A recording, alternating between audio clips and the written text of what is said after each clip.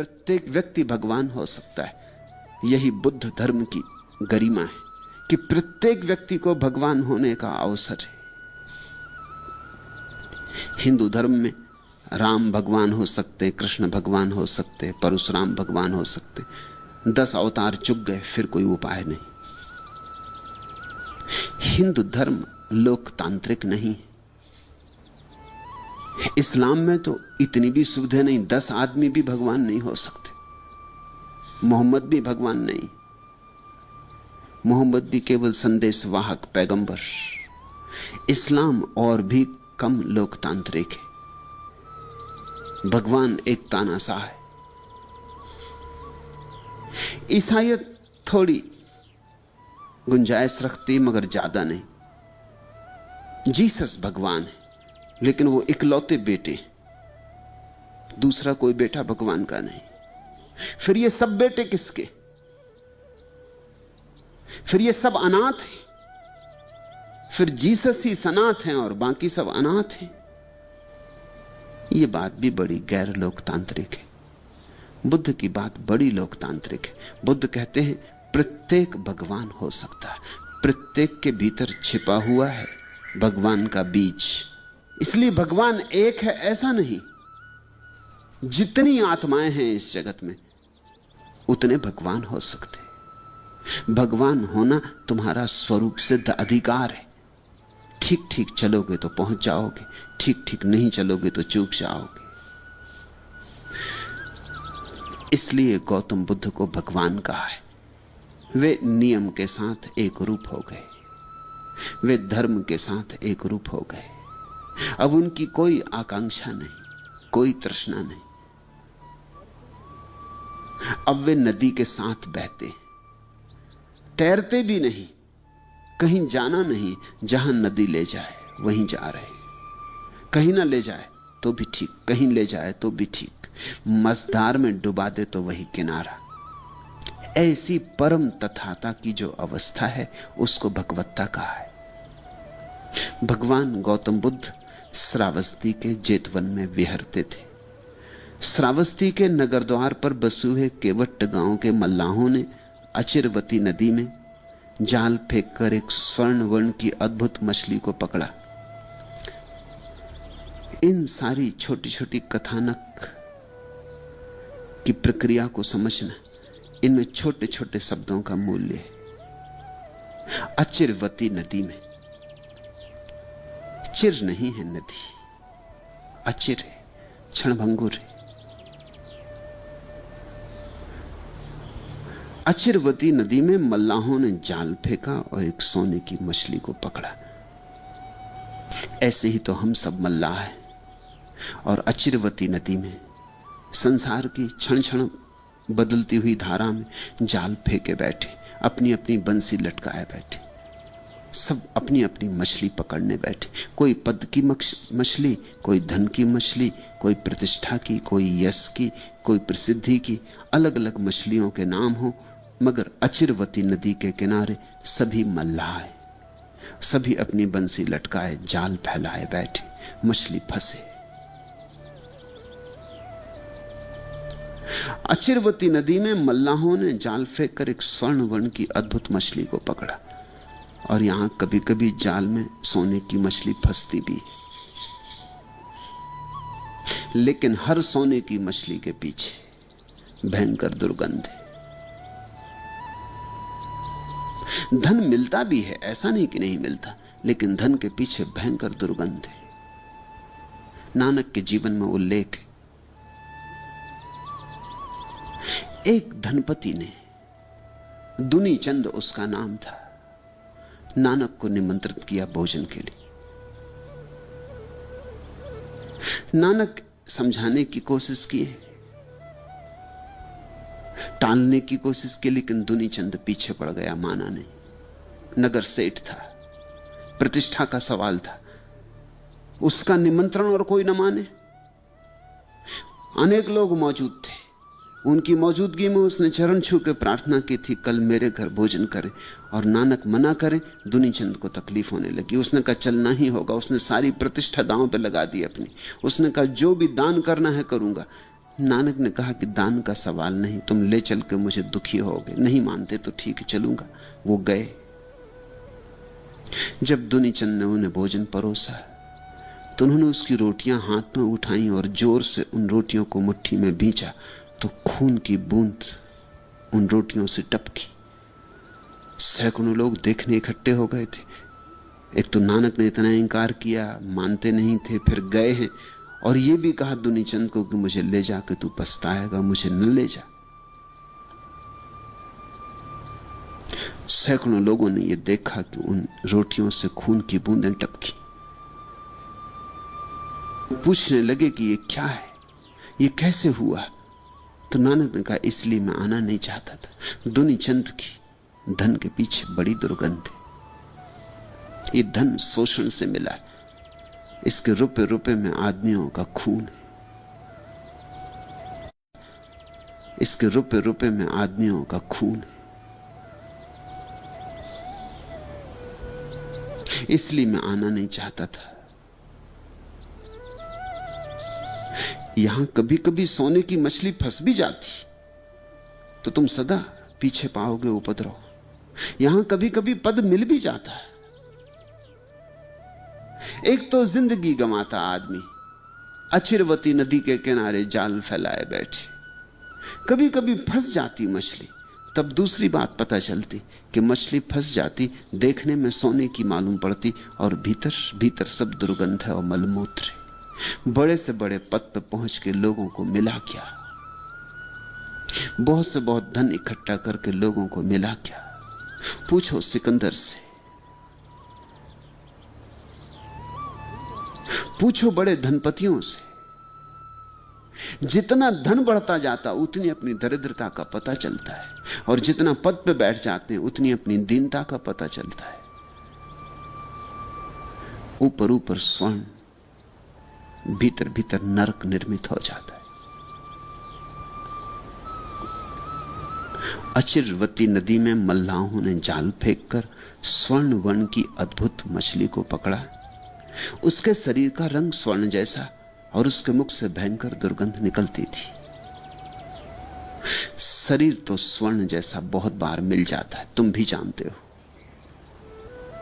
तुम किसी सुंदर स्त्री के प्रेम में पड़ जाते हो, शरीर स्वर्ण जैसा, लेकिन जैसे जैसे स्त्री को जानना शुरू करते हो वैसे वैसे पता चलता मुंह से दुर्गंध निकलती। तुम किसी सुंदर पुरुष के प्रेम में हो, दूर दूर सब ठीक, दूर के ढोल सुहावने, जैसे जैसे पास आते हो वैसे वैसे जीवन में झंझट बढ़नी शुरू होती। जैसे जैसे पास से जानते हो वैसे वैसे पता चलता है कि गुलाब तो दूर से दिखते थे, झाड़ी कांटों से भरी। यहां सुंदरतम देह मिल जाती हैं, लेकिन सुंदर आत्माएं कहां? और जब तक सुंदर आत्मा न मिले तब तक कहां तृप्ति, कैसी तृप्ति?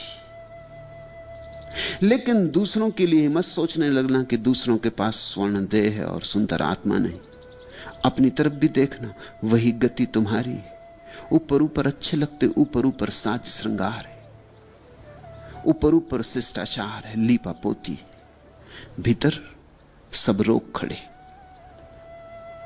ऊपर मुस्कुराहटें, भीतर घाव। ऊपर बड़े सज्जन मालूम पड़ते, भीतर जंगली जानवर छिपा है। मुख में राम, बगल में छुरी।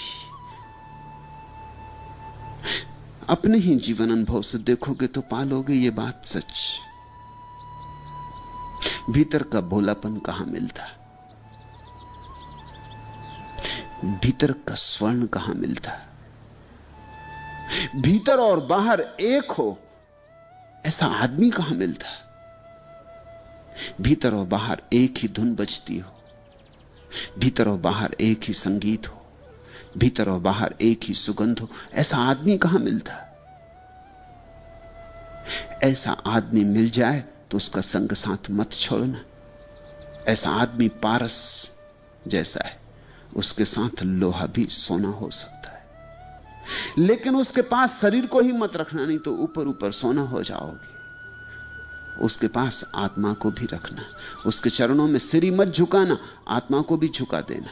जब कभी कोई ऐसा व्यक्ति मिल जाए जिसके बाहर भीतर सब एक हो, जिसके बाहर भीतर नाद बज रहा हो, जिसके बाहर भीतर ओंकार की गूंज उठ रही हो, जिसके बाहर भीतर आनंद ही आनंद हो, समाधि समाधि के फूल खिल रहे हो, फिर वहां शरीर को ही मत झुकाना, शरीर से ही उसके पास मत जाना, फिर आत्मा से सत्संग करना। नहीं तो जो गति मछली की हुई वही गति तुम्हारी हो जाएगी।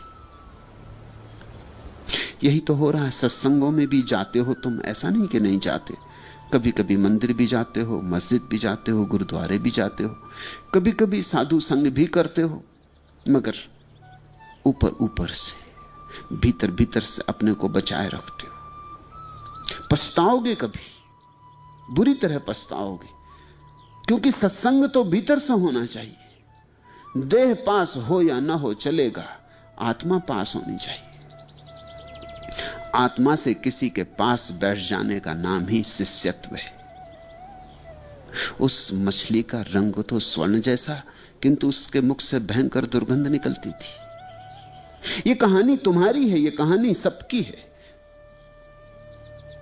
इन कहानियों को कभी भूल के ऐसा मत सोचना कि ठीक है, कथाएं हैं, पुराणों की हैं। ये कथाएं तुम्हारी हैं, ये मनोवैज्ञानिक हैं, ये मनुष्य के मन की कथाएं। मल्लाहों ने उसे राजा को दिखाया। राजा उसे एक द्रोणी में रखवा कर भगवान के पास ले गया। उस समय मछली ने मुख खोला। अब तुम थोड़ा सोचना, मल्लाह नहीं समझे, समझ में आती है बात। मल्लाहों ने न कभी सोना देखा, कैसे समझे? लेकिन राजा तो सोने में जीता था। राजा को भी दिखाई ना पड़ा कि ये उसकी ही कथा है। ऊपर ऊपर सोना था राजा के भी, भीतर भीतर उसके भी तो दुर्गंध थी। उसको भी चमत्कार मालूम हुआ। मल्लाहों को क्षमा कर दो, क्षमा किए जा सकते। कभी सोना देखा नहीं, सोने की मछली सपने में नहीं देखी। राजा तो सोने की ही दुनिया में रहता था। इसे तो अकल होती, मगर कौन अपने को देखता? अपने पे आंख ही नहीं जाती, अपने को आदमी देखता ही नहीं। चीन में एक पुराना रिवाज था कि जब किसी कैदी को फांसी देते तो फांसी देने के पहले उसके हाथ में आईना देते कि वो अपनी शक्ल देख ले। बड़ी अजीब परंपरा। काहे के लिए? कोई आदमी मर रहा है, उसे तुम दर्पण दे रहे हो। यह एक बहुत प्राचीन परंपरा का हिस्सा था। वो परंपरा यह कहती है कि इस आदमी ने जिंदगी भर तो अपना चेहरा नहीं देखा, मरने के वक्त तो देख ले। कोई अपना चेहरा देखता ही नहीं। हम दूसरों में ही उलझे रहते, दूसरों की निंदा में, दूसरों की आलोचना में। कौन गंदा, कौन बुरा, कौन पापी, कौन अनाचारी, इसी में बीत जाता समय। फुर्सत कहां कि अपना चेहरा आईने में देख लें। ये राजा को भी समझ में ना आया। ये बात इतनी सीधी साफ थी, इसमें उलझन कहां है, इसमें रहस्य कहां है? राजा को तो समझ में आना चाहिए था कि बाहर मैं सोने का हूं जैसे ये मछली सोने की, और भीतर मेरे दुर्गंध है जैसे इसके भीतर दुर्गंध है। बात उसे तो खुल जानी चाहिए थी, उसे भी ना खुली। इस दुनिया में लोग अंधे की तरह जी रहे हैं, अपना पता ही नहीं। दूसरों के साथ उलझे उलझे आंखें जड़ हो गई, दूसरों को देखने में ही समर्थ हो गई, भीतर मुड़ने की कला खो गई। लकवा लग गया है तुम्हारी आंखों को, बस एक ही तरफ देख पाती। अब उनमें गतिमयता नहीं है, लोच नहीं है कि कभी कभी मुड़ के अपनी तरफ भी देख लें। राजा को भी समझ में ना आया तो बुद्ध के पास ले गया। मल्लाहों कि सम्राट, गरीब हों कि अमीर, हारे हुए लोग हों कि जीते हुए लोग, सभी को बुद्ध के पास जाना ही होगा। वहीं रहस्य के पर्दे उठ सकते। यहां गरीब भी सोए हैं, अमीर भी सोए हैं, प्रजा भी सोई, राजा भी सोए। यहां सब अंधे और अंधे, यहां अंधे अंधों का नेतृत्व कर रहे हैं। कबीर ने कहा, अंधा अंधा ठेलिया, दोनों कूप पड़ंत। यहां अंधे नेता हैं, अंधे अनुयायी हैं, अंधे अंधों का मार्गदर्शन कर रहे हैं। फिर अगर सभी कुएं में गिर गए हैं तो कुछ आश्चर्य नहीं। इस राजा को क्षमा नहीं किया जा सकता, लेकिन उसके बुद्ध के पास जाने में यह सूत्र है कि अंततः सभी को बुद्ध के पास जाना होगा, तो ही जीवन का राज खुलेगा। किसी बुद्ध पुरुष की चरण गहने होंगे, किसी बुद्ध पुरुष की छाया पकड़नी होगी, किसी बुद्ध पुरुष के हाथ पकड़ के चलोगे तो ही जीवन के उलझाव सुलझेंगे, समस्याएं समाधान में रूपांतरित होंगी, तो ही राह मिलेगी। जैसे ही मछली को बुद्ध के सामने रखा गया, मछली ने मुख खोला।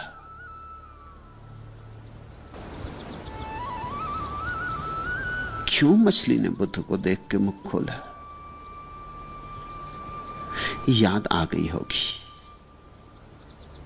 अवाक हो गई होगी, मुंह खुला होगा, रह गया होगा। अरे फिर ऐसे ही एक बुद्ध पुरुष को कभी उसने जाना था, जाना भी था और चूक भी गई, जाना भी था और जान भी ना पाई। वही दुख तो साल रहा है। बाहर सोने की हो गई जिसकी कृपा से, उसकी कृपा से भीतर भी सोने की हो सकती थी। पर लोग अक्सर पछताते हैं तब जब पछताने में कुछ सार नहीं रह जाता। अब पछताए होत का जब चिड़िया चुग गई खेत। रोती होगी, जार जार रोती होगी अचानक फिर देखकर। और ध्यान रखना, बुद्ध पुरुषों के रूप कितने ही भिन्न हो, उनकी देहें कितनी ही भिन्न हो, उनके चेहरे कितने ही भिन्न हो, उनका भाव एक, उनके भीतर की ज्योति एक। दिए में भेद हो सकता, मिट्टी के दिए कई तरह के बन सकते, लेकिन दिए में जो ज्योति जलती उसका स्वाद एक, उसका गुण एक, उसका धर्म एक।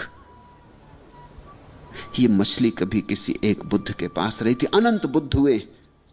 ध्यान रखना, गौतम बुद्ध ने बहुत बार अपने से पहले हुए बुद्धों की कथाएं कही। अनंत बुद्ध हुए, अनंत बुद्ध हुए।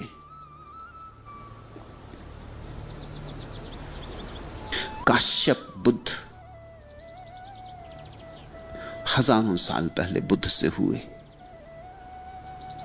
उन्हीं काश्यप बुद्ध की याद आ गई होगी फिर दिए को जला देखकर। फिर वही सुगंध, फिर वही रूप, फिर वही सौंदर्य, फिर वही प्रसाद, फिर वही आनंद की वर्षा। मछली का मुख खुला रह गया होगा। अवाक जब कोई हो जाता तो मुंह खुला रह जाता। ठिठक गई होगी मछली। सोचा नहीं था सपने में कि फिर ऐसे व्यक्ति के दर्शन होंगे। एक बार बुद्ध पुरुष खो जाए तो जन्म जन्म लग जाते, क्योंकि बुद्ध पुरुष विरले हो भी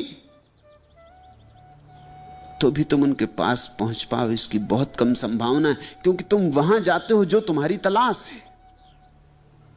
तुम राजनेता के पास जाते हो क्योंकि पद की तुम्हें तलाश है। राजनेता तुम्हारे गांव में आए तो तुम सब इकट्ठे हो जाते हो, कभी स्वागत करने, कभी जूते फेंकने, मगर इकट्ठे हमेशा हो जाते हो। तुमसे रुका नहीं जाता, वहां तुम्हारे प्राण अटके। बुद्ध पुरुष गांव में आए भी तो भी तुम शायद ही जाओ, क्योंकि बुद्धों से तुम्हारा क्या लेना देना। वह तुम्हारी आकांक्षा नहीं है। तुम वासना छोड़ना थोड़ी चाहते, तुम वासना को पूरा करना चाहते हो। तुम बुद्धों से बचोगे। अगर बुद्ध रास्ते पे मिल जाएं तो तुम बगल की गली से भाग खड़े होगे। तुम बचोगे। ऐसे लोग बचते हैं, बचने के लिए हजार बहाने खोजते, तर्क जाल बना लेते। क्यों? क्योंकि उन्हें डर लगता है कि बुद्ध पुरुष के पास गए, अगर कोई बात सुनाई पड़ गई और कहीं समझ में आ गई तो अब तक जो जो उन्होंने न्यस्त स्वार्थों का जाल फेंकाया, अचिरवती नदी के किनारे जो वो मछली पकड़ने बैठे हैं, उसका क्या होगा? और वर्षों से मछली पकड़ने बैठे हैं, अभी तक पकड़ी है नहीं मछली।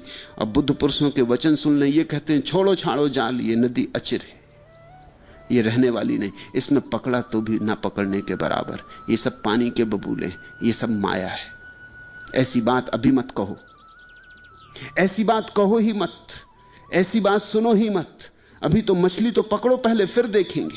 मछली पकड़ के सुनना होगा, सुन लेंगे, लेकिन पहले मछली पकड़ में आ जाए। तो एक तो बुद्ध पुरुषों के पास कोई जाता नहीं, क्योंकि लोग वहीं जाते हैं जहां उनकी आकांक्षाएं तृप्त होने की संभावनाएं। बुद्ध पुरुषों के पास आकांक्षाओं से मुक्त होना पड़ता है, और मजा और विरोधाभास कि जो आकांक्षाओं से मुक्त हो जाता है वही तृप्त होता है, और जो आकांक्षाओं से भरा है वो अतृप्ति और अतृप्ति में जलता है।